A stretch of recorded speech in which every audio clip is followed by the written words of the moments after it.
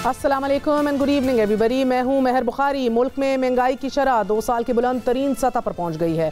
सब अच्छा है कि खबर देने वालों को खबर हो कि पेट्रोल, डीजल, बिजली, खाने पीने की मुतअद्दिद अशिया पहुंच से दूर और सेहत, तालीम, तफरी महंगा तरीन ख्वाब बन चुका है। दादोशुमार के गोरखधंधे बताते हैं कि हमारी ग्रोथ 5.35 है, मगर हुकूमत के लगाए हुए अपने सस्ते बाजारों में भी भाव सोने का है। अब से थोड़ी देर पहले खबर आई कि यूटिलिटी स्टोर्स में 240 आइटम्स की कीमत भी दुगनी हो चुकी है। वजीर आजम भावलपुर में नया पाकिस्तान सेहत कार्ड के इजरा की तकरीब से आज मुखातिब थे। रियासत मदीना का जो ख्वाब हम वजीर आजम की आंखों से पिछले 3.5 साल से देख रहे हैं, आज वजीर आजम पूछ रहे थे कि हम पाकिस्तान को रियासत मदीना बनाने के लिए कहां से पैसे लाएं। फिर अगले ही लम्हे में वो सब गिनवाया कि जिसकी समझ आम आदमी को 3 साल में नहीं आई। उनका कहना था कि हमारी ग्रोथ रेट में इजाफा 5.60% है। ये वो है कि जो नून लीग ने 5वें साल में कर्जे ले लेकर किया। ग्लोबल वार्मिंग के मामले में हमारी तब्दीलियों को आलमी सतह पर सराहा जा रहा है। इसी तरह हमारा एहसास प्रोग्राम भी, जिसकी आलमी सतह पर पजीराई हो रही है। हमेशा सोचता था कि हम कैसे, पाकिस्तान में इतनी बड़ी हमारी आबादी है, हम किधर से पैसा लेके आएंगे इस मुल्क को एक फलाई रियासत बनाने के लिए। वज़ीर आज़म से हमारी गुजारिश है, अखबारात की शायद सुर्खियाँ उठाकर देख लीजिए। एक सूबे में गंदम नापैद है तो एक सूबा दवाइयों को तरस रहा है। पेशावर में रोटी की कीमत हमालिया क्रॉस कर चुकी है। ये आम फहम ज़बान में मुआशी इशारियों का अहवाल है, मगर ना अदारा शुमारियात ने माहाना रिपोर्ट जारी कर दी है कि जिसमें बताया गया है कि रवा माली साल के पहले 7 माह यानी कि जुलाई ता जनवरी महंगाई की औसत शरह 10.26% रही, जबकि दिसंबर 2021 में महंगाई की यही शरह 12.3% है और जनवरी 2021 में 5.7% थी। रिपोर्ट में बताया गया कि जनवरी में सालाना बुनियादों पर कुकिंग ऑयल 55%, घी 27%, दाल मसूर 41% महंगे हुए, जबकि फल 30% महंगे हुए। सालाना बुनियादों पर सब्जियां और चिकन भी दुगनी महंगी हो चुके हैं। नाज़रीन, आज इसी तकरीब से वज़ीर आज़म Imran Khan supreme court bar association के तहत नाअहली के खिलाफ दरख्वास्त दायर करने पर भी भरम दिखाई दिए। आप वह हमारा एक बड़ा इदारा सुप्रीम कोर्ट बार एसोसिएशन अदालत में जाके कहेगी कि जी देखें, एक आदमी जो चोरी करके मुल्क से बाहर भागा है, कन्विक्ट हुआ है, झूठ बोल के बाहर भागा है, वो कहें जी उसको फिर से मौका देना चाहिए, आगे फिर से वो मैच खेले। तो फिर चोरी में बुरी चीज क्या है? मियां नवाज शरीफ और जहांगीर खान तरीन के लिए उम्मीद का दरवाजा आर्जी तौर पर ही सही लेकिन फिर बंद हो गया है। सुप्रीम कोर्ट ने ताहयात नाअहली के खिलाफ दायर दरख्वास्त एतराजात लगाकर आज वापस कर दी है। साथ ही सुप्रीम कोर्ट बार एसोसिएशन ने दरख्वास्त की वापसी के खिलाफ अपील में जाने का फैसला भी कर लिया है। रजिस्ट्रार सुप्रीम कोर्ट ने दरख्वास्त पर एतराज उठाया है कि इस मामले पर सुप्रीम कोर्ट का 5 रुकनी लाजर बेंच पहले ही फैसला दे चुका है। ताहयात नाअहली के मामले पर नजरसानी की दरख्वास्तें भी मुस्तरद की जा चुकी हैं और किसी मामले पर एक बार फैसला हो जाए तो नई दरख्वास्त दायर नहीं हो सकती। रजिस्ट्रार सुप्रीम कोर्ट ने एतराजात लगाया कि दरख्वास्त गुजार इनफरादी शिकायत लेकर आया है कि जो 184(3) के दायरा कार में नहीं आती। दरख्वास्त गुजार के 184(3) के इख्तियार समात से मुतल्लिक उठाए गए नुकात इत्मीनान बख्श नहीं हैं। नाजरीन, कमोबेश यही सारे जो नुकात हैं पिछले दिनों अटॉर्नी जनरल ऑफ पाकिस्तान ने हमारे ही प्रोग्राम से उठाए थे। सुप्रीम कोर्ट मुनासिब इदारा है, आप उनके पास गए, उन्होंने अपनी दानिश में इंटरप्रिटेशन कर दिया। कुछ अरसे बाद आपको ख्याल आया कि आप समझते हैं उमूमी तौर पे या किसी 2 ख़ास शख्सियात जो हैं उनको बेनिफिट पहुंचाने के लिए कि इसको रिविज़िट होना चाहिए। ये काफ़ी ग्राउंड है सुप्रीम कोर्ट पे दोबारा जाने का। ये अगर इम्प्रेशन भी क्रिएट हो कि ये प्रॉक्सी पिटिशन है, किसी और का इंटरेस्ट इतनी बड़ी तंजीम लेके आ रही है, तो उस पर ज़ाहिर है कि उसकी अपनी साख को बड़ा नुकसान पहुँचेगा। मेरी दानिश में तो ये पिटिशन एंटरटेन ही नहीं हो सकती, डिसमिस होनी चाहिए, कोई ग्राउंड नहीं है। नाज़रीन, लाहौर हाई कोर्ट को मियां मोहम्मद नवाज शरीफ की 3 सफ़ात पर मुश्तमिल मेडिकल रिपोर्ट आज ही मौसूल हुई है। इस रिपोर्ट में कहा गया है कि बेगम कुलसूम नवाज की वफ़ात के बाद नवाज शरीफ ज़्यादा दबाव में हैं। जहनी दबाव से उनकी बीमारी मज़ीद बिगड़ सकती है। नवाज शरीफ कॉर्नरी एंजियोग्राफी होने तक अद्वियात लेते रहेंगे। सेहत सेंटर के करीब रहना ज़रूरी है। रिपोर्ट में यह भी कहा गया है कि नवाज शरीफ एंजियोग्राफी के बगैर लंदन से ना जाएं। इलाज के बगैर पाकिस्तान चले गए तो उनकी हालत बिगड़ सकती है। डॉक्टर्स ने नवाज शरीफ को सफ़र करने से भी रोका हुआ है।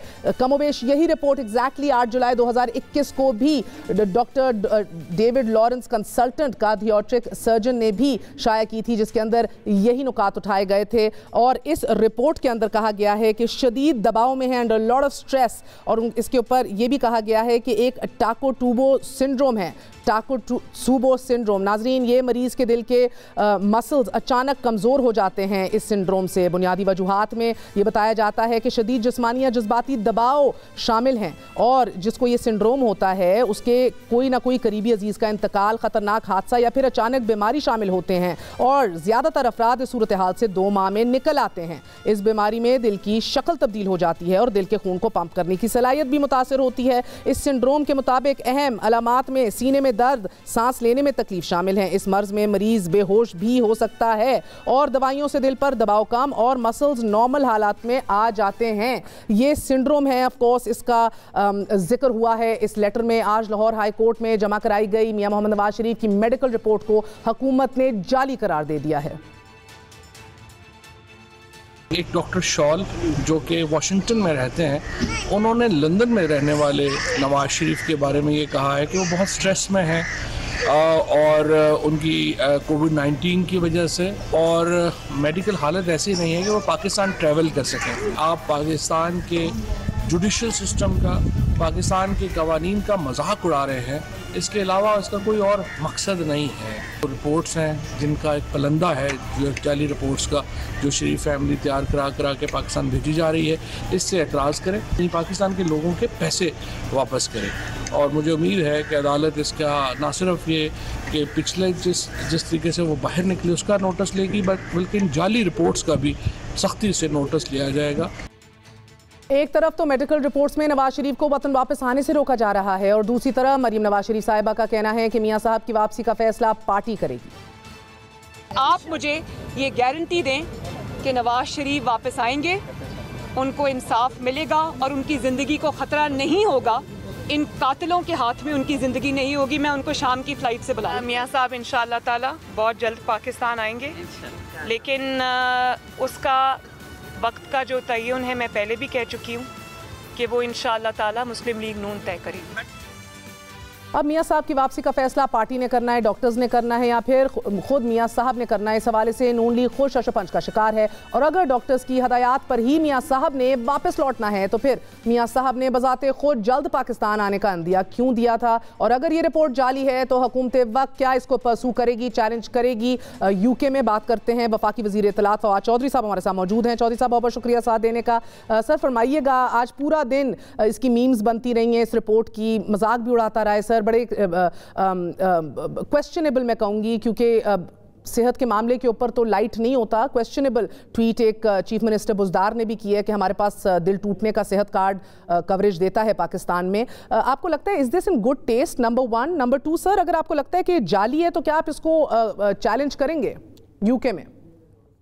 मैं अभी एक किसी और टेलीविजन के ऊपर यही बात कर रहा था कि जो 3 दफ़ा का वज़ीर आज़म जो है वो अगर इस तरह से जाली रिपोर्ट्स बना के भेजेगा तो उसको सबसे पहले अपनी इज्जत का एहसास होना चाहिए कि मेरा जो है वो क्या उसके ऊपर परसेप्शन जाएगा।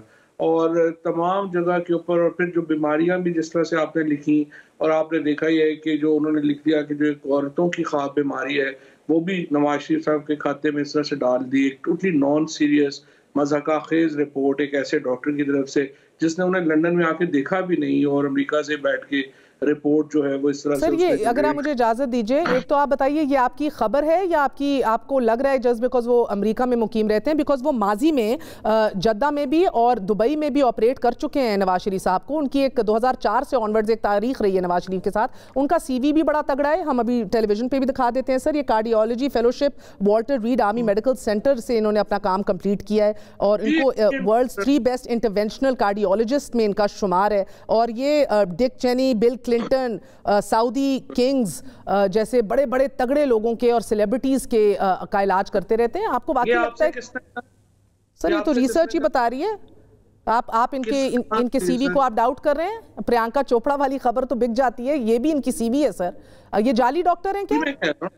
मुझे नहीं पता, ये तो वो खुद ही कह रहे हैं, लेकिन जो अपरेंटली रिपोर्ट लग रही है उससे तो वो असली डॉक्टर नहीं लग रहे। तो सर अगर आप एक प्रोफेशनल के क्वालिफिकेशन पे सवालिया निशान उठा देंगे, यूके में तो वो हत्या इज्जत का भी नोटिस आपको दे सकते हैं, यूके में तो जाना पड़ जाएगा। नहीं वो दे दे, मुझे तो नहीं पता अभी, ये तो आप कह रही हैं कि वो जाली डॉक्टर हैं और जो अपरेंटली जाली, मैं कह रही हूँ he is considered one of the best cardiological interventions in the world. मैं जाली नहीं कह रही, जाली आप कह रहे हैं सर, 3 बेस्ट इंटरवेंशनल कार्डियोलॉजिस्ट।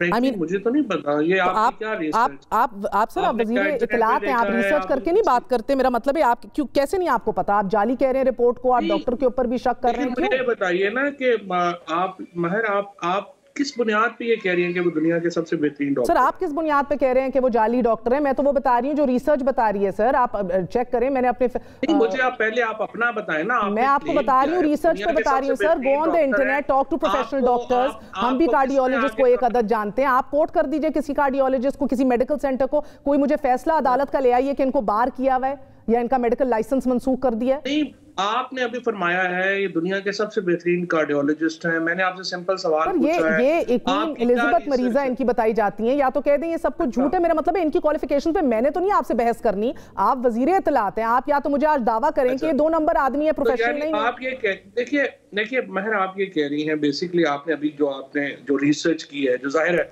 आप प्रोग्रामों में बहुत रिसर्च करके बैठती हैं और माजी में भी आपके प्रोग्राम बहुत रिसर्च हैं, उनमें आपने ये बताया है कि ये मलका एलिजाबेथ के भी डॉक्टर हैं, ये क्लिंटन साहब के भी डॉक्टर हैं, ये बुश के भी, जॉर्ज बुश के भी डॉक्टर हैं और दुनिया के बेहतरीन कार्डियोलॉजिस्ट हैं।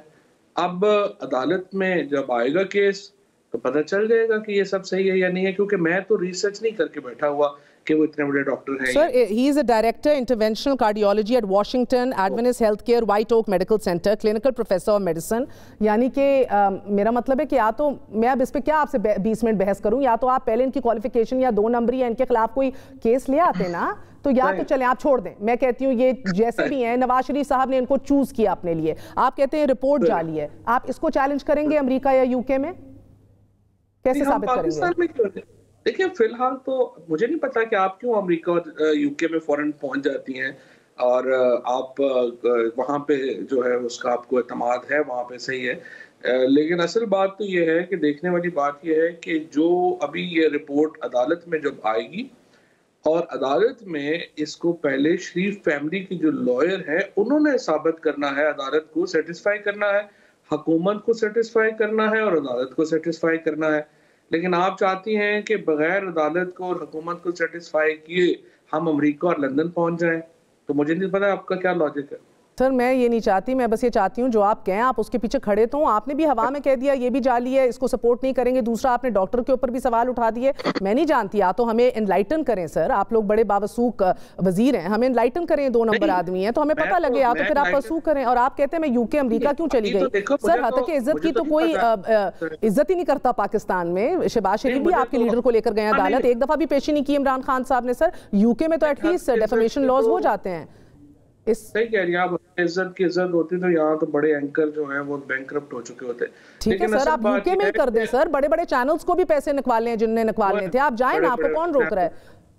आज तो मैं तो पाकिस्तान में हूँ ना, मैं तो यूके में नहीं करूंगा ना, मैं तो पाकिस्तान में ही करूंगा। सर पाकिस्तान में तो अभी आपने मुझे बताया, मैं अब इतना ज्यादा बोल रही हूँ ना, फिर वो सर साथ ही बोलेंगे ना, मेरा मतलब है कि क्या करे, प्रेस कॉन्फ्रेंस तो नहीं है? नहीं प्रेस कॉन्फ्रेंस नहीं है ना, लेकिन ये फिर मोनोलॉग भी नहीं है ना, या तो आप फिर मोनोलॉग किया करें और जो आप नहीं सर आप ही से बात है, मेरा मतलब है इधर के ऊपर प्रॉम्प्टर्स पे ऊपर ना पूरा घंटा लिख दिया। क्या घंटा मैंने बात करनी है आपसे? क्रॉस क्वेश्चनिंग भी ना करें, आपको बुरी लग रही है? क्रॉस क्वेश्चनिंग नहीं ना, आप बहुत ज्यादा चले आप बोलें सर। अब मेरा एक सवाल मैं पूछ लेती हूँ, आप जवाब दीजिए। मुझे सिर्फ ये मैं सवाल कर 10 सवाल कर लिए हैं ना, 10 दफा एक बात कर ली। देखिए आपने सिंपल कहा ये दुनिया के बेहतरीन कार्डियोलॉजिस्ट हैं, मलका एलिजाबेथ के ये डॉक्टर रह चुके हैं, बुश साहब के डॉक्टर रह चुके हैं, क्लिंटन के डॉक्टर रह चुके हैं, और इनसे बड़ा दुनिया में कोई डॉक्टर नहीं है। तो मैंने बिल्कुल ये नहीं कहा इनसे बड़ा डॉक्टर। जब आएंगे अदालत में तो पता चल जाएगा। ठीक है सर, आप अदालत में लेके आप इनकी रिपोर्ट को अदालत के अंदर चैलेंज कर रहे हैं, यूके यूएसए में नहीं इनको चैलेंज कर रहे। इस रिपोर्ट की तो कोई हैसियत है नहीं है सर। पिछले सवाल ये 3 सालों से तो कोई उनका ऐसा एंजियोग्राफी या उनका कोई प्रोसीजर हुआ ही नहीं है जो डॉक्टर्स बार बार सजेस्ट कर रहे हैं। तो मेरा मतलब है कि आप आपने बताया किसी एंजियोग्राफी के बगैर, किसी उसके बगैर, जो दुनिया के सबसे बड़े डॉक्टर हैं बकौल आपके, उन्होंने एक रिपोर्ट दी है, तो आप देखते हैं अदालत में कैसे होते हैं। आप बेसिकली जो रिपोर्ट है जिसके अंदर स्ट्रेस है और बाकी उनकी कोमॉर्बिडिटीज हैं, उन सबको you don't believe any of that? Apparently तो ऑब्वियसली जो नवाज शरीफ साहब की जितनी एक्टिविटीज लंदन से आ रही हैं उनमें तो वो बड़े जॉयफुल हैं। तमाम दुनिया, मेरा ख्याल है लंदन का कोई ऐसा रेस्टोरेंट नहीं है जो उन्होंने घूम फिर, इस रिपोर्ट में भी लिखा हुआ कि वो डाइट खाना खाएंगे, एक्सरसाइज करेंगे। मुझे लगता है इस एडवाइस को तो मियां साहब ने बिल्कुल ही नहीं माना। और जो रिपोर्ट भी है वो भी यही है कि अगर वो हाइड पार्क में वॉक नहीं करेंगे तो उनको स्ट्रेस हो जाएगा। आई मीन इस रिपोर्ट से तो इससे ज्यादा मुझे समझ नहीं आती।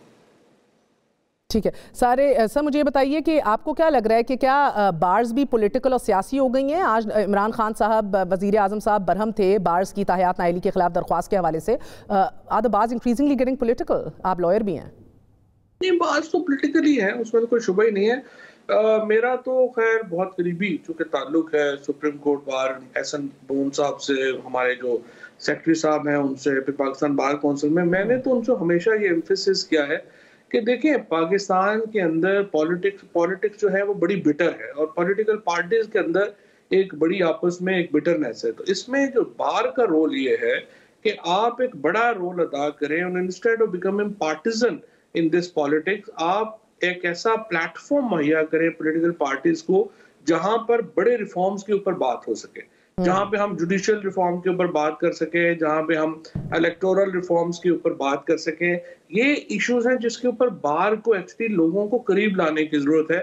चाह जाएगा कि बार एक पार्टिजन रोल ले ले और जाकर के एक पार्टी के के लिए जो है वो शुरू हो जाए कि इसको आप तायात हल करें या ना हल करें, और जिसके ऊपर अदालत का फैसला भी बड़ा वाज़ेह हुआ हो। मेरे ख्याल में जो बार एसोसिएशन का रोल होना चाहिए हमारे जैसे मुल्क में, वो तो बहरहाल नहीं। ठीक है। और सर आज इमरान खान साहब ने कहा कि ये किस तरह की दरख्वास्तें, जो आदमी कन्विक्टेड है पिटिशन ला रहे हैं कि अगला मैच भी खेलने के लिए वो तैयार हो जाए, ये सिर्फ असूली बात ये है या अगले मैच से भी डर लग रहा है कि अगर अगले मैच के लिए पुल थ्रू कर लिया नवाज शरीफ को या PMLN आ गई उनके साथ उनकी क़यादत के अंदर, तो मैच अगर मुनसिफाना हो गया तो मसले पड़ जाएंगे? नहीं, देखिए बात यह है कि मुनसिफाना मैच तो नवाज शरीफ जिंदगी में कभी नहीं खोले। अगर मुनसिफाना फैसले होते तो नवाज शरीफ तो जैसे अब भी सजा याफ्ता है, इनकी हाफ ऑफ द लीडरशिप जो है वो मुनसिफाना निज़ाम में, ये तो जेलों में होंगे। सो हमें तो मुनसिफाना निज़ाम चाहिए। हमारा तो सारा वी आर स्ट्राइविंग फॉर मुनसिफाना निज़ाम, और एक ऐसा निज़ाम जिसमें जो मुकदमात हैं वो अपने मंतकी इंजाम तक पहुंचे। नहीं तो आप मैं आऊंगी सर, ये काम तो जो आप डिस्क्राइब करें ये सब तो पिछले 4 साल में नहीं हो रहे थे, but we'll get to that and you इसका जवाब दीजिएगा। मगर लाएंगे कैसे? आज भी मोहम्मद जुबैर साहब कह रहे थे कि वो भी और मुसद्दिक मलिक समेत इनके सारे लीडरान पहले भी कह चुके हैं और आज भी कह रहे थे कि नहीं चाहते हम आए। हम चाहते हैं क्योंकि हमें पता है कि आते ही उनके खिलाफ जो है वो कार्रवाई शुरू हो जाएगी, विक्टिमाइज उनको किया जाएगा। तो बेहतर है कि वो इलेक्शन ईयर के अंदर ही पहुंचे। क्या कर लेंगे आप? He will decide? देखिए इशू तो फिर तो यही हुआ ना, फिर तो ये कॉन्ट्राडिक्ट हो गई। जो मेडिकल रिपोर्ट है वो तो जुबैर साहब और मुसद्दिक जिस तरह से आप बात कर रही हैं, उन्होंने बता दिया कि वो बीमार नहीं है। वो तो पहले भी हो गई थी ना। मरियम के आप शॉर्ट्स यूज कर सकते हैं, उन्होंने कहा मैं चाहती तो कल आ जाएंगे वो, मगर गारंटी देगा आप मतलब देखिए ना, अब आप भी, आपका जो नुक्ता नजर है इस वक्त वो यही है कि वो एक सियासी हिकमत अमली के तहत बाहर है, वो कोई बीमार वगैरह नहीं है, एक सियासी हिकमत अमली के तहत बाहर है। हम भी यही कह रहे हैं कि वो यहाँ से जब गए हैं तो उन्होंने खुद को बीमार जाहिर करके मीडिया के बहुत सारे दोस्तों को इस्तेमाल करके और जगहों पे सर आप कुछ नहीं सकते, ये मैं चाहना चाह रही हूँ। आप पिटिशंस ले गए हैं शहबाज शरीफ के खिलाफ भी, मगर कर कुछ नहीं सकते। इंतकामी कार्रवाई होगी, उनको लग रहा है वो आएंगे जब उनका दिल करेगा। नवाज शरीफ कन्विक्टेड है, मरियम नवाज कन्विक्टेड है, शहबाज और हमजा के खिलाफ केस जो है वो हमें उम्मीद है डे टू डे चलेगा। सो ये तो कन्विक्टेड तो ऑलरेडी हो चुके हैं। हाँ, असल मसला ये है जो पाकिस्तान के लोग और PTI का वोटर चाहता है कि इनका पैसा वापस आए। उसमें जाहिर है आप देखिए अफगानिस्तान का पैसा पड़ा हुआ है अमेरिका में, बाद में वो उनको नहीं दे रहे।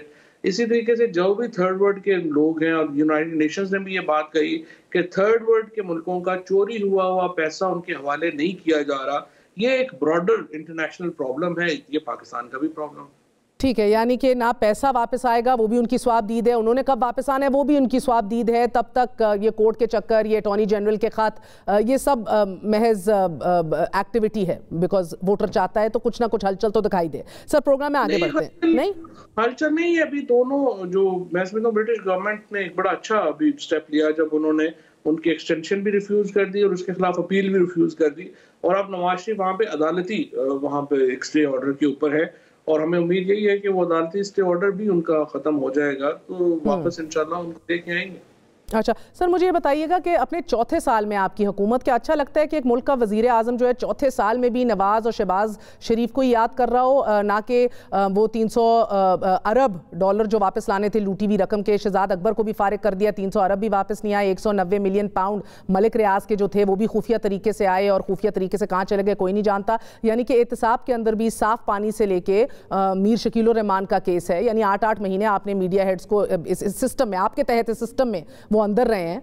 एक मिसाल है, कुछ भी नहीं हो सका सर, मेरा मतलब है कि कल कमरुल इस्लाम भी बाइज्जत बाहर आ चुके हैं, बरी हो गए, तो जमानतें हैं, बरियत हैं, और रुपया एक नहीं वापस आया, और चौथे साल में भी हम नवाज और शहबाज सिंड्रोम में हैं। तकरीबन 487 अरब रुपया जो है वो वापस आया है, और रिकवरीज तो नैब ने जो की हैं वो हिस्टोरिकल हैं। लेकिन ये बात आपकी इस बात पे मेरा ख्याल है एग्री होऊंगा मैं कि जो परसेप्शन है अकाउंटेबिलिटी की वो उस तरह की नहीं है जिस तरह की होनी चाहिए थी, और उसकी बड़ी वजह यह है कि नवाज शरीफ और शहबाज शरीफ के खिलाफ जो सारे केसेस हैं वो उस रफ्तार से नहीं चले। अब वो उस रफ्तार से क्यों नहीं चले? क्योंकि एक सिस्टम क्रिएटेड था, ये जो यहाँ पे नैब का जो एक इंडिपेंडेंट सिस्टम था, ज़ाहिर है हमारे अंडर नहीं था, उसकी वजह से जो तवक्कुआत थी हमारी नैब से वो उस तरह से शायद पूरी नहीं हो। लेकिन नैब ने खैर जावेद इकबाल साहब के अंडर पिछले नैब से तो बहुत ज़्यादा काम किया, जो उन्होंने रिकवरीज भी की हैं वो भी बहुत ज़्यादा है, और लोगों को भी जो पकड़ा है वो भी बहुत ज़्यादा है।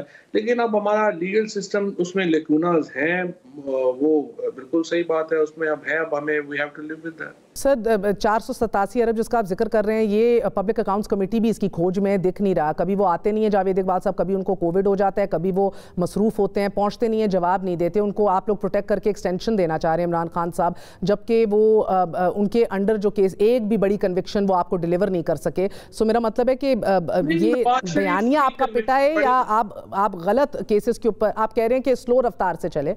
मेरा आई अंडरस्टैंड। नवाज शरीफ की कन्विक्शन आपके ख्याल में बड़ी कन्विक्शन नहीं? सर वो आपके दौर से पहले हो गई थी ना, मेरा मतलब है आपने कौन सी कन्विक्शन कराई है अपने दौर में, या होती हमने देखी है? कौन सा केस मंतकी इंजाम को पहुंचा है? जिस तरह मैंने कहा जमानतें हैं और बरियत हैं सर, अरबों वापस आने थे, आए नहीं, शहजाद अकबर को फारिग कर दिया गया। ना आस्किंग आपने अचीव क्या किया चौथे साल में आप? नहीं, ये बात तो देखिए कि अकाउंटेबिलिटी के ऊपर तो आपका क्रिटिसिज्म जायज है, उसमें तो कोई मेरा ख्याल दो राय नहीं होंगी।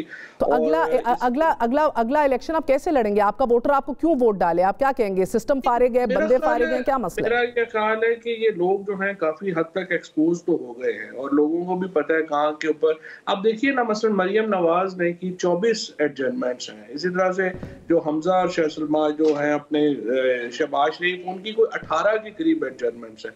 अब ये इतनी ज्यादा जब एडजमेंट्स हों, केसेस ना चले, तो फिर उसमें आम आदमी जो है वो भी ज़ाहिर देख ही रहा है, उसको भी पता ही है सिस्टम कैसा चल रहा है। लेकिन अकाउंटेबिलिटी के ऊपर जो हमारा अपना भी वोटर है वो उसके ख्यालात ऑलमोस्ट वही हैं जो अभी आपने जाहिर किए हैं, इसमें कोई शुबा नहीं। बहुत बहुत शुक्रिया। हमारे साथ फवाद चौधरी साहब मौजूद थे, आपने गुफ्तगू सुनी। नाज़रीन, गुज़िश्ता पौने 4 सालों के दौरान अगर कहीं तब्दीली आई है तो वो ब्यूरोक्रेसी में ज़रूर आई है, पंजाब हो या फिर मरकज़।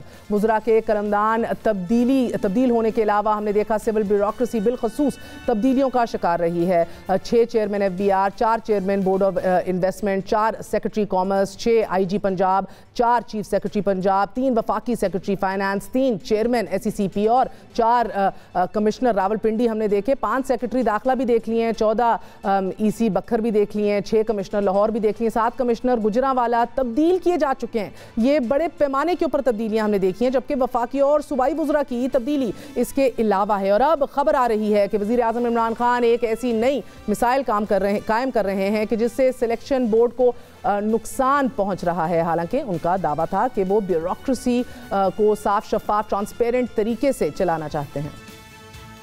पूरी अब जोर लगाएंगे पॉलिटिकल इन्फ्लुएंस से आपको आइसोलेट करने का। ऐसी गवर्नमेंट्स आपको मिलेंगे नहीं जो आपको कहेंगे कि आप अपना प्रोफेशनली काम करें। हम कोई किसी किस्म का आपके ऊपर सियासी दबाव नहीं डालेंगे। और आज द न्यूज़ में छपने वाली अंसार अब्बासी साहब की खबर के मुताबिक वज़ीर आज़म इमरान खान आला सतह के मिजाज सिलेक्शन बोर्ड की जानिब से प्रमोशंस के लिए गौर करने से कबल ही ज़ाती तौर पर ग्रेड 21 के ब्यूरोक्रेट्स के इंटरव्यूज़ कर रहे हैं कि जिसकी वजह से सिलेक्शन बोर्ड का इजलास कई बार मुलतवी हो चुका है। खबर के मुताबिक बोर्ड की बजाय अपनी पसंद की बुनियाद पर ग्रेड 21 के अफसरान के इंटरव्यूज़ किए जा रहे हैं। कई अफसरान परेशान भी हैं इस वजह से। एक वक्फा लेंगे, वक्फे के बाद अहम तरीन खबर बात करेंगे शाह महमूद कुरैशी साहब से।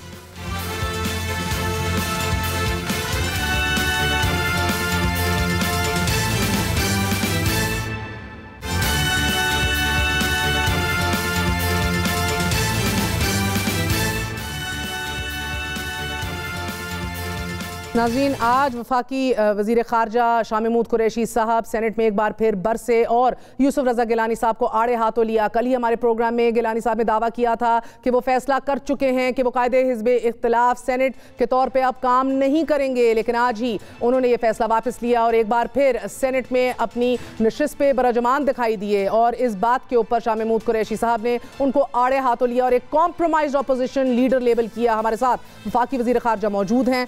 शाह महमूद कुरैशी साहब, बहुत बहुत शुक्रिया साथ देने का। सर, फैसला कर लिया था कल तक तो गिलानी साहब ने, लेकिन बहरहाल उनकी क़यादत ने फैसला किया और आज वो फिर मौजूद दिखाई दिए।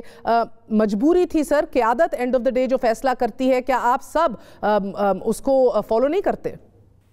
अर्ज ये है, आपको याद होगा मैंने कल भी कहा था कि ये हिफ्ज़े मा तक़द्दुम के तौर पर उन्होंने कहा है कि मैं इस्तीफा दे रहा हूं, मैंने फैसला कर लिया। अगर आपने फैसला कर लिया है तो आपको कौन रोक सकता है? अगर आप समझते हैं कि आपकी अपनी सफ़ों में लोग आप पर एतराज़ात उठा रहे हैं, अगर आप समझते हैं कि वो इंडिपेंडेंट ग्रुप जिसके सहारे पर आपने अददी अक्सरियत बनाई थी और नून के साथ वादा खिलाफी की थी, आज वो भी कह रहे हैं कि आप उनसे मिल नहीं सके, आपकी मीटिंग पे वो जाते नहीं हैं, तो फिर आपको क्या मजबूरी है? मैंने पहले भी कहा और आज सेनेट पे भी मैंने कहा कि आप भी यहाँ, मैं भी यहाँ, इन्होंने हरगिज़ इस्तीफा नहीं देना, इन्होंने इसी तनख्वाह पर नौकरी जारी रखनी है और इन्होंने यही कहना है कि मुल्क की मफाद में क़यादत के दबाव पर मैंने अपने फैसले पर नजरसानी की है। इनका कोई, ये बताइए, जो मुल्क का वजीर आज़म रह चुका हो, फिर उसको सेनेट की ये जगह जचती है? सर ये सवाल तो अपनी जगह, मगर आप आज एक बहुत गैर मामूली किस्म के जारहाना मूड में दिखाई दिए। कॉम्प्रोमाइज ऑपोजिशन लीडर आपने करार दिया, क्यों? देखिए, पहली बात तो ये है कि वो मुंतखब कैसे हुए। वीडियोस आपके सामने हैं कि उन्होंने वोट खरीदे और ये इस वक्त भी इलेक्शन कमीशन के सामने ये केस लगा हुआ है, तारीख पे तारीख पड़ रही है और ये मुख्तलिफ बहाने बना रहे हैं और अब गालिबन अगली पेशी में कोई हतमी दलाइल सामने आ जाएंगे। नंबर एक। नंबर दो, आप जानती हैं कि इन्होंने वादा किया था कि लीडर ऑफ द ऑपोजिशन का स्लॉट मुस्लिम लीग नून को दिया जाएगा और गालिबन उन्होंने सेनेटर तारड़ का इंतखाब किया था। फिर इन्होंने फैसले पर नजरसानी की। क्यों की? किसके कहने पे की? क्या जरूरत दरपेश आ गई थी कि उनको फैसले पर नजरसानी करनी पड़ी? और उससे क्या हुआ? पीडीएम तोड़ने के मौजिब ये बने। जो पीडीएम में इख्तलाफात पैदा हुए उसकी बुनियाद यूसुफ रज़ा गिलानी साहब बने। अगर ये इसरार न करते और ये इनहराफ न होते अपने वादे से, तो जो आज पीडीएम का शिराजा बिखरा है वो बिखरा हुआ आपको दिखाई न देता। तीसरी चीज ये है कि अभी कुछ बातें राज में रहने दें। राज कैसा राज कुरैशी साहब? राज इसलिए रख रहा हूं मेहर बीबी कि मैंने तो आज कहा कि वो कहते थे मेरी तरफ देखिए ना, मैंने कहा आंख मिलाने से भी घबराते हैं आप? सर, वो आंख मिलाने नहीं, उन्होंने फिर ये सवाल भी किया कि शायद आज आके आपका गुस्सा उतर रहा है उनके सेनेटर बनने पे। हरगिज नहीं मेहर बीबी, हरगिज नहीं। देखिए, अल्लाह उनको इज्जत दे, उनको अल्लाह ने बड़ी इज्जत दी है, मुझे इस पर कोई इतराज नहीं है, लेकिन जमहूरी तरीके से बने, खरीद और फरोख्त से ना बने। सेनेटर बने वोटों से बने, दौलत से, नोट से ना बने, वोट से बने। सर, वोट से ना बने, नोट से बने साबित होगा आने वाले दिनों में। आपको उन्होंने बहरहाल टर्न कोट कहा, हमारे प्रोग्राम में भी कल कहा कि आपकी सुन के, आपकी बात या आपकी हदायत पर उन्होंने कहाँ चलना है। वो जो मर्जी कहें, वो सियासत है, सियासी जुमले हैं। मैंने क्या किया? मैंने उनसे जब इख्तलाफ किया, मैंने बाकायदा इस्तीफा दिया, मैंने वजारत खारजा छोड़ी, मैंने कौमी असेंबली की सीट से जो उनकी टिकट पे मुंतखब हुआ था, मैंने इस्तीफा दिया। फिर मैं 2013 में पीपल्स पार्टी के मुकाबले में इलेक्शन लड़ा और जीता, उनको शिकस्त दी। 2018 में फिर मैंने उनको शिकस्त दी। मैं तो बाकायदा जमहूरी तरीके से छोड़कर, इक़्तिदार में कौन छोड़ता है? ये तो लीडर ऑफ द ऑपोजिशन की सीट छोड़ने को तैयार नहीं है। मैंने तो वजारत खारजा छोड़ दी थी असूली मौक़िफ़ पर, जब इन्होंने रेमंड डेविस का सौदा किया था। ठीक है, मगर आप असूली मौक़िफ़ की बात कर रहे हैं सर, और साथ आज आपने एक और पेशनगोई भी की है। आप कह रहे थे कि आज इनके साथ एक और हाथ होने जा रहा है। ये कौन सा हाथ इनके साथ और होने जा रहा है? अपनी सफ़ों में से ही होगा, कोई और करेगा, एक दूसरे के साथ कर लेगी हिज़्ब इख्तिलाफ की जमातें? क्या इशारा है? देखिए, पहली बात तो ये है कि जब ये कहते हैं कि हम ऑपोजिशन में यकजा हैं, तो फिर ये लॉन्ग मार्च अपना दीगर ऑपोजिशन की जमातों से अलहदा करते हैं। सोचने की बात है ना, क्यों? अच्छा चलिए, ये इनका हक है, हम उस हक को तस्लीम करते हैं। अब वो कह रहे हैं कि 27 मार्च को वो कराची से रवाना होंगे पंजाब की तरफ। आज हमने भी ऐलान कर दिया है कि इन्होंने 27 फरवरी का कहा है, हमने 26 फरवरी का ऐलान कर दिया है कि 26 फरवरी को इंशाअल्लाह घोटकी से, पंजाब के बॉर्डर से हम निकलेंगे कराची की तरफ। और आज आपने देखा कि एक फैसला भी आ गया सुप्रीम कोर्ट में। जो बल्दियाती कानून इनने बनाया है, उन्होंने कहा इस पर नजरसानी कीजिए, और आपने देखा कि उस पर पूरा सिंध मां सिवाय पीपल्स पार्टी के सरापा एहतजाज है। वो जमातें जो हमारे साथ इस वक्त जहनी मुताबिकत नहीं रखती, मिसाल के तौर पे जमात इस्लामी, उन्होंने धरने दिए, उन्होंने मुखालफत की। आप देखें हमारी हलीफ जमात MQM पाकिस्तान ने तो एहतजाज किया, और इन्होंने क्या, उन पर लाठियां बरसाई, आंसू गैस बरसाया। खवातीन MNA अपना किश्वर ज़हरा बीबी पर लाठियां बरसाई, अपना अमीनुल हक पर लाठियां, MPA को सड़कों पे घसीटा। और ये अलंबरदार है जमहूरी अक़दार के, ये जमहूरी कदरों के पासबान हैं। ये है इनकी कलाई, ये है इनकी हकीकत, और वो हकीकत खुल रही है। हम इंशाअल्लाह सिंध के लोगों से रुजू करने निकल रहे हैं और बताएंगे कि जो पिछले मुसलसल इतने अरसे से वहां हुक्मरान बैठे हैं, उन्होंने सिंध को क्या हुक्मरानी दी है, उन्होंने सिंध को क्या दयानतदार क़यादत दी है। वो इंशाअल्लाह वो कराची से निकलेंगे, हम पंजाब से निकलेंगे। रास्ते में मगर शाहजी रास्ते में मुलाकात आपकी जरूर हो, मगर ये जो अब हो चुका है सेनेट के अंदर, ये बताइए कि ये आपका एक वसीतर तजर्बा रहा है जमात के साथ, पीपल्स पार्टी के साथ भी, क्या आपको लगता है गिलानी साहब ने अपनी क़यादत यानी कि आसिफ अली जरदारी और बिलावल भुट्टो जरदारी से बाला बाला ये फैसला कर लिया, या खुद फैसला करके बैठे, और या उनको लिया होगा मशवरा, उनसे किया होगा? नहीं, बाला बाला फैसला करने की तो हमें जरूरत नहीं है। बात ये है, देखिए इस वक्त पीपल्स पार्टी में दो सोचें हैं। एक सोच को रिप्रेजेंट करती है सोच रजा रबानी की, जो कि हार्डलाइनर्स हैं, उनका अपना नुक्ते नजर है। वो कहते हैं कि मुकमुका न करो, सौदेबाजी न करो। दूसरी तरफ वो लोग हैं जो कॉम्प्रोमाइज्ड हैं, और वो कॉम्प्रोमाइज जो हैं वो चाहते हैं, रिलीफ चाहते हैं, वो एहतसाब के अमल से छुटकारा चाहते हैं, वो राह नजात चाहते हैं। तो उनका फैसला और उनकी हिकमत अमली और है। तो अब ये बताएं कि क्या इन्होंने ये फैसला किया या इनसे फैसला करवाया गया? इसकी वजाहत आज कौम मांगना चाह रही है। क्या वाकई वो लेट एक इतला आड़े आ गई थी या कहीं से इशारा हुआ था? तो शाह जी, आप भी पूरी बात कीजिए ना। अगर बिक गए तो खरीदा किसने? अगर इशारा आया तो उंगली उठी किसकी, इशारा किया किसने? यानी कि ये फैसला अगर जरदारी साहब या बिलावल साहब के मुताबिक हुआ आपके बकौल, या वो भी तो अगर कॉम्प्रोमाइज्ड हैं तो किसी से कुछ लेना चाह रहे हैं, वो कौन है जिससे जो उनको कुछ देने की पोजीशन में है? एस्टैब्लिशमेंट का इशारा था, किसका इशारा था, ये भी बताइए। नहीं, क़यादत का इशारा है, क़यादत का इशारा होगा। अब ये मालूम नहीं किसका इशारा लेते हैं, क्योंकि वहां भी तो दो सोचें हैं ना। बहुत बहुत शुक्रिया। हमारे साथ वज़ीर ख़ारजा शाह महमूद कुरैशी साहब मौजूद थे। आपने गुफ्तगू सुनी, उन्होंने कहा कि वोट नहीं नोटों से ये सेनेटर बने हैं, फैसला होने वाला है। नॉन मुकमुका वर्सेस कॉम्प्रोमाइज्ड लोग जो हैं पीपल्स पार्टी में, उन्होंने रखना डाला। एक वक्फा लेते हैं, वक्फे के बाद we will speak regarding the chief justice of Pakistan, his last big decision while he bows out. Stay with अस।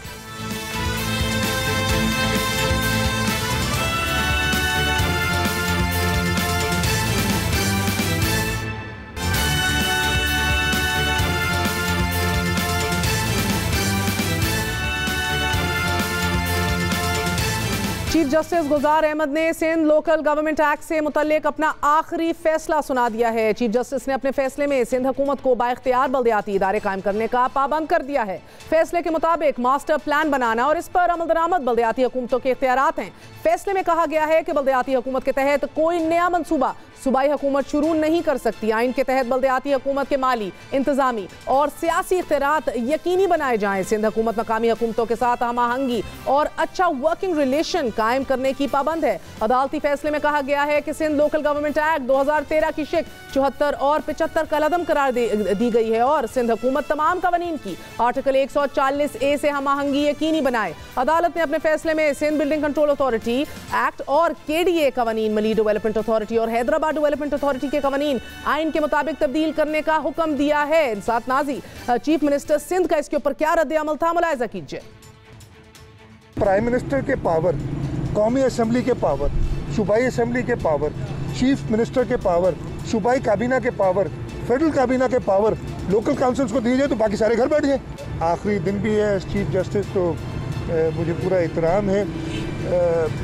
वो मुनासिब समझते होंगे, मैं नहीं इस पर कमेंट कर सकता कि आखिरी दिन में ये वही बात है कि मुझे पता है कि जी मैंने मेरा टर्म जो है वो एंड होगा 2023 और उसके आखिरी दिन में मैं ऐसे इक़ामात करके जाऊँ जिसके फार रीचिंग इफेक्ट, लेकिन वो बाइख्तियार है, उनको बिल्कुल कर सकते हैं। हमें समझ आएगी कि ये गैर मुनासिब है जजमेंट, तो हमारे पास रिव्यू का ऑप्शन मौजूद है, हम रिव्यू में भी जा सकते हैं। बात करते हैं, ख्वाजा ज़ारुल हसन साहब हमारे साथ मौजूद हैं, सीनियर रहनुमा हैं MQM के। ख्वाजा साहब, बहुत बहुत शुक्रिया साथ देने का। यकीनी तौर पे आप लोग अदालत गए और ये बहुत बड़ी डेवलपमेंट है। जमात इस्लामी भी सड़कों पे सरापा एहतजाज रही है, बल्कि अभी तो मुस्तफ़ा कमाल साहब भी बड़ी जारहाना तकरीर कर रहे हैं, इवन एज वी स्पीक। हम लाइव टेलीविजन के ऊपर अभी तहरीक इंसाफ ने बहरहाल कोई नहीं करते हुए दिखाया, पर चलें उसके ऊपर बाद में बात करेंगे। लगता है चीफ मिनिस्टर बहरहाल इसको एक्सपेक्ट नहीं कर रहे थे। नहीं, बहुत शुक्रिया आपका। देखें, बाकी जो धरना दिए जमातों ने, समझने की ज़रूरत है कि उन्होंने 4 साल क्या कैंपेन चलाई है। उन्होंने 4 साल मेयर कराची के खिलाफ कैंपेन चलाई है कि जी इख्तियार नहीं है, रोना रो रहे हैं, ये है वो है, सब इख्तियार है, सब इख्तियार है, ये गलत बात कर रहे हैं, झूठ बोल रहे हैं, फलाना कर रहे हैं, और अरबों रुपए की करप्शन के इल्ज़ामात और ये वो। अब जब मेयर का टेन्योर ख़त्म हो गया तो अब सब ने इलेक्शन कैंपेन में धरने शुरू कर दिए। लेकिन वो अल्लाह बेहतर ही चाहता है। माशाल्लाह हमारी पिटीशन जो हमने बर वक्त लगाई थी, और सिर्फ एक नहीं, सेंसस पे लगाई है, 6 पिटीशन हमारी और पेंडिंग है, उसका फैसला आ गया। अब मुराद अली शाह साहब को नामुनासिब लगा तो अदालत में नामुनासिब नहीं होता। चीफ जस्टिस के साथ 2 सीनियर जजेस और भी बैठे थे, उन्होंने भी इस पर मुत्तफ़िका तौर पे, नोट ऑफ डिसेंट कोई नहीं है, मुत्तफ़िका तौर पे, और रिव्यू में बिल्कुल जाएं। लेकिन रिव्यू में जाने से बेहतर उनका पहला ऑप्शन सही है, घर जाएं। क्योंकि 18वीं तरमीम के बाद क्या आसिफ अली जरदारी साहब, यूसुफ रजा गिलानी साहब क्या घर चले गए थे? क्या बरतानिया का ताकतवर वजीर आजम 10 डाउनिंग स्ट्रीट छोड़कर घर बैठ जाए कि उसने बाकी मेयर्स को पावर किए? या president of the United states इसलिए घर चले जाए कि स्टेट्स पावरफुल है? या टोक्यो का मेयर या बीजिंग का मेयर इतना पावरफुल है तो चाइना और जापान के सदूर घर चले जाए? ये एक गासिबाना सोच है, आमिराना सोच है, और तो जो उनका कहना था कि वजीर आजम, वजीर आला और काबीना के इख्तियारात जो हैं वो लोकल काउंसिल्स को दे दे तो हम घर चले जाते हैं, आप इस सोच को निगेट कर रहे हैं, रद्द कर रहे हैं, मगर आपको ये जरूर रिफ्लेक्ट करता है कि उनका मूड नहीं है इस पे अमल दरामद कराने का। सो क्या करेंगे आप? देखिए, इनके पास एक ही ऑप्शन है, बल्कि दो ऑप्शन है, या तो ये घर जाएं या ये फवारा चौक कल से पकड़ लें, इसके अलावा और कोई ऑप्शन नहीं है। फवारा चौक कल से पकड़ लें क्या मतलब? नहीं है, मतलब आप कल तक हम धरने दे थे, अब ये धरने शुरू कर दें। और क्योंकि सुप्रीम कोर्ट ने तो डायरेक्शन दे दी है ना, अब सुप्रीम कोर्ट की डायरेक्शन पे आप अमल नहीं करेंगे तो राइट ऑफ अपील ना सर, अब अपील भी तो डायरेक्शन तो आ गई है इसकी अब इसके ऊपर एक सन्नाटा फैला हुआ है पीपल्स पार्टी में। हमारे जराये के मुताबिक बिलावल साहब ने हर एक को अहकाम दिए हैं कि कोई नहीं इस पे जाके बात करेगा, तो यानी कि हसास मामला है, मगर धरने के अलावा आपको लगता है कोई राइट ऑफ अपील या कोई और लीगल ऑप्शन नहीं है अब कंटेस्ट करना? सुप्रीम कोर्ट ने एक इंटरप्रिटेशन की है और मुत्तफिका इंटरप्रिटेशन है, उस इंटरप्रिटेशन में पूरी दुनिया की जजमेंट्स हैं। रिव्यू में आप जाएंगे तो बेंच देखेगा, रिव्यू में अगर कोई जरूरत है आप दलाइल देंगे ना कि आपकी कौन सी बात सुनी नहीं गई, आपकी तो सारी बातें सुनी गई है, आपके अटॉर्नी जनरल की बात सुनी गई है, एडवोकेट जनरल की बात सुनी गई है, चीफ सेक्रेटरी की बात सुनी गई है, और हर बात का काउंटर दिया गया है। तो ये बिलावजह दिल के खुश रखने को गालिबी ख्याल अच्छा है, इनको चाहिए जिद विद छोड़े। 13-14 साल बहुत मनमानी कर ली, आम सिंधी से लेकर आम कराची का शहरी से लेकर कश्मीर तक सब बर्बाद हो गए। और प्रॉब्लम क्या है मेहर, प्रॉब्लम क्या, अगर लड़काना के यूसी चेयरमैन को 5 लाख की जगह 50 लाख रुपए महीने मिलते हैं तो मसला क्या है? मसला ये है कि अगर वो साल के 6 करोड़ रुपए खर्च करेगा तो इनके MNA MPA वडेरे सरदार नवाब इनके पास क्यों जाएगा वो? उसको अगर ऑटोमेटिक पैसे मिलने शुरू हो जाए तो ये अपने MPA MNA मुंतखब नुमाइंदों को कैसे दबा के रखेंगे? तो ये तो जो जजमेंट आई है ये माली खुद मुख्तारी, इंतजामी खुद मुख्तारी, सियासी खुद मुख्तारी भी है, और उसमें सूबाई हुकूमत का रोल बिल्कुल खत्म हो गया, जैसे महदूद कर दिया है। बिल्कुल स्पिरिट ऑफ 140A की बात की है इधर, बिल्कुल।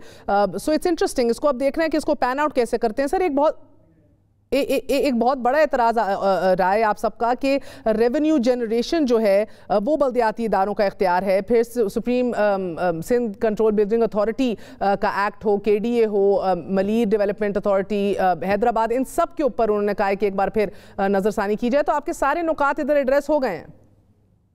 जी, तकरीबन को 80% हमारा मामला जो हमने पिटीशन दी थी, ऑलमोस्ट पिटीशन हमारी 80% एड्रेस हो गई। रह क्या गया है ख्वाजा साहब? बस अब सूबाई हुकूमत का तब्दील होना रह गया। दुआ करें आप, इंशाल्लाह आप हम सब मिलके फिर हुकूमत करते हैं, सिंध को बेहतर बनाते हैं। नहीं, मेरा मतलब 80% हो गया। मेरा मतलब है कि जो अदालत ने तो नहीं अब सूबाई हुकूमत को घर भेजना ना सर, या ये भी अब आप ख्वाहिश रखते हैं? अभी और भी एक मरहला बाकी है, एक और अहम फैसला आना है, इंशाल्लाह वो भी इस साल आ जाएगा, वो है मरदमशुमारी का। जी बिल्कुल। कराची की अगर मरदमशुमारी ठीक हो जाती है तो सिंध की डायनामिक्स तब्दील हो जाएगी, क्योंकि बहुत सारी रूरल एरियाज से भी कराची लोग आए हैं।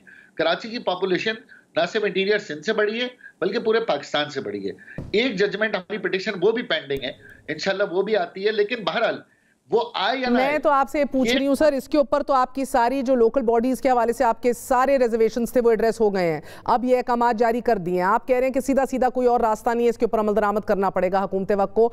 ये मुझे बताइएगा सर कि आने वाले दिनों के अंदर इसको आप अब पॉलिटिकली होते देख रहे हैं या नहीं देख रहे हैं? इमीडिएटली तो वो नहीं करेंगे ना। मैं आपसे ये तो कह रही हूँ लीगल रिकोर्स भी कोई हो सकता है जिसके ऊपर नजरसानी की जाए। This will not happen immediately. आपने खुद बताया कि इनको सियासी तौर पर सूट नहीं करता। सो अब आप क्या देखें, अगर ये with in the stipulated time जो के है सुप्रीम कोर्ट का उसमें नहीं करते, जिसका शायद 40 डेज है या 45 डेज है या 60 डेज है, तो हम कंटेम्प्ट में चले जाएंगे। और मैं आपको गारंटी दे रहा हूं मुराद अली शाह साहब पूरी काबीना कंटेम्प्ट में फारिग हो जाएगी। तो अगर ये कंटेम्प्ट से बचना चाहते हैं, अदालती हुक्म के इनहराफ से बचना चाहते हैं, तो ये फौरी तौर पर ये तमाम लेजिस्लेशंस करें, और ये नहीं करेंगे तो इनकी सियासी साख भी जाएगी, इनकी वजारतें ओहदे भी जाएंगे। बहुत बहुत शुक्रिया। हमारे साथ ख्वाजा इजहारुल हसन साहब मौजूद थे। आपने गुफ्तगू सुनी, कह रहे थे कि मुराद अली शाह साहब बशमूल पूरी अपनी काबीना के कंटेम्प्ट के केस में चले जाएंगे कंटेम्प्ट ऑफ कोर्ट में, अगर अगले 30 से 40 दिनों के अंदर इस फैसले पे अमल दरामद नहीं कराते। दिलचस्प इशू है, देखते हैं आने वाले दिनों के अंदर किस तरह इसको टैकल किया जाता है पीपल्स पार्टी की जानिब से। As of right now that's it for tonight. I will see you all tomorrow. Good night, अल्लाह हाफिज़।